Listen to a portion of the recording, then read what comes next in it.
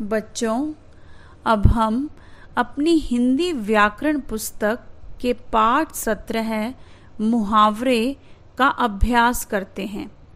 बच्चों, हमारा पहला प्रश्न है, नीचे लिखे वाक्यांशों के लिए उचित मुहावरे का मिलान कीजिए। बच्चों, हमें यहाँ 2 कॉलम दिए गए हैं, कॉलम क और कॉलम ख।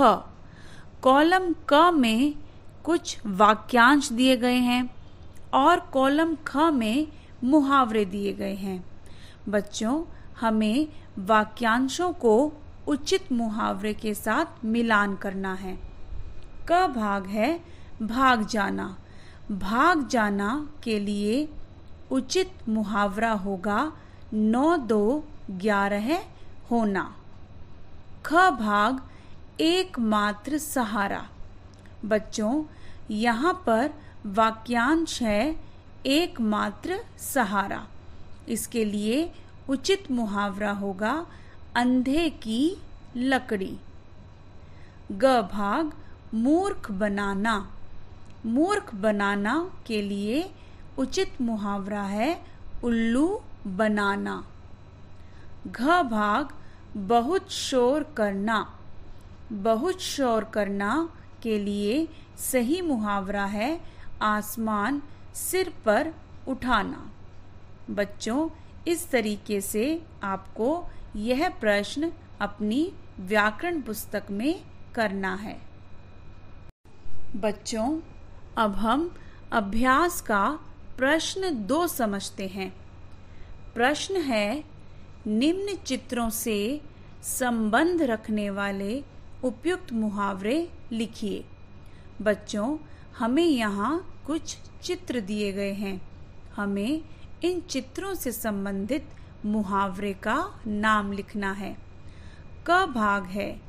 बच्चों, यदि आप क भाग के चित्र को ध्यान से देखो तो इसके लिए उपयुक्त मुहावरा होगा अंधे की लकड़ी। अंधे की लकड़ी मुहावरे का अर्थ है एकमात्र सहारा। ख भाग। बच्चों, ख भाग के चित्र को ध्यान से देखो। इसके लिए उचित मुहावरा है जूती चाटना। इसका अर्थ होता है चापलूसी करना, अर्थात किसी की खुशामद करना। बच्चों, ग भाग के चित्र को ध्यान से देखो। इसके लिए उचित मुहावरा होगा दांतों तले उंगली दबाना। इसका अर्थ है हैरान होना। घ भाग। बच्चों, घ भाग के चित्र को ध्यान से देखो। इसके लिए उपयुक्त मुहावरा है टांग अड़ाना। बच्चों, टांग अड़ाना मुहावरे का अर्थ है बेकार में दखल देना। बच्चों, अब हम अभ्यास का प्रश्न 3 समझते हैं। प्रश्न है, निम्न वाक्यों में सही मुहावरों का प्रयोग कीजिए। बच्चों, हमें यहाँ कुछ वाक्य दिए गए हैं। हमें इन वाक्यों को ध्यान से पढ़ना है और मुहावरों के अर्थ के अनुसार यहाँ उचित मुहावरे का प्रयोग करना है। क भाग है, मैंने दीपक से पेंसिल मांगी तो उसने डैश दिया। बच्चों, यहाँ मुहावरा प्रयोग होगा अंगूठा दिखा दिया। मैंने दीपक से पेंसिल मांगी तो उसने अंगूठा दिखा दिया। ख भाग, अरे मित्र तुम तो डैश हो गए हो। यहाँ पर अर्थ निकलता है कि तुम तो बहुत दिनों के बाद दिखाई देते हो और इसके लिए हम मुहावरा प्रयोग करेंगे ईद का चांद। अरे मित्र तुम तो ईद का चांद हो गए हो। ग भाग मोहिनी ने समारोह में इतना अच्छा नृत्य किया कि सबने डैश ली।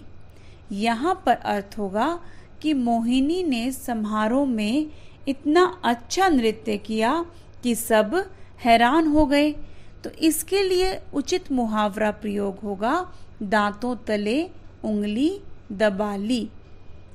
वाक्य दोबारा देखो बच्चों, मोहिनी ने समारोह में इतना अच्छा नृत्य किया कि सबने दांतों तले उंगली दबा ली। घ भाग पुलिस को देखते ही चोर डैश हो गया। यहाँ पर उचित मुहावरा है 9-2-11 हो गया। पुलिस को देखते ही चोर 9-2-11 हो गया। बच्चों, अब हम अगला प्रश्न समझते हैं। प्रश्न है, निम्न मुहावरों के अर्थ के सही विकल्प को चिन्हित कीजिए। बच्चों, हमें यहाँ कुछ मुहावरे दिए गए हैं और प्रत्येक मुहावरे के 3 विकल्प दिए गए हैं। हमें मुहावरे के सही विकल्प को चुनना है। पहला मुहावरा है आंखें खुलना।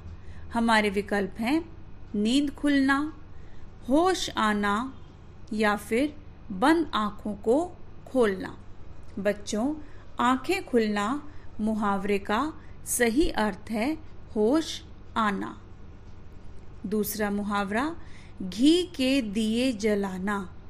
हमारे विकल्प हैं बहुत खुशी मनाना, बहुत अमीर होना या बहुत प्रसन्न होना। बच्चों, इसका सही विकल्प है बहुत खुशी मनाना। तीसरा मुहावरा हाथ मलना। हमारे विकल्प हैं हाथ का मैल उतारना, पछताना या हाथों की थकान उतारना। बच्चों, हाथ मलना मुहावरे का सही विकल्प है पछताना। चौथा मुहावरा भीगी बिल्ली बनना। बच्चों, यहाँ हमारे विकल्प हैं डर जाना, म्याऊं म्याऊं करना या बिल्ली पर पानी डालना।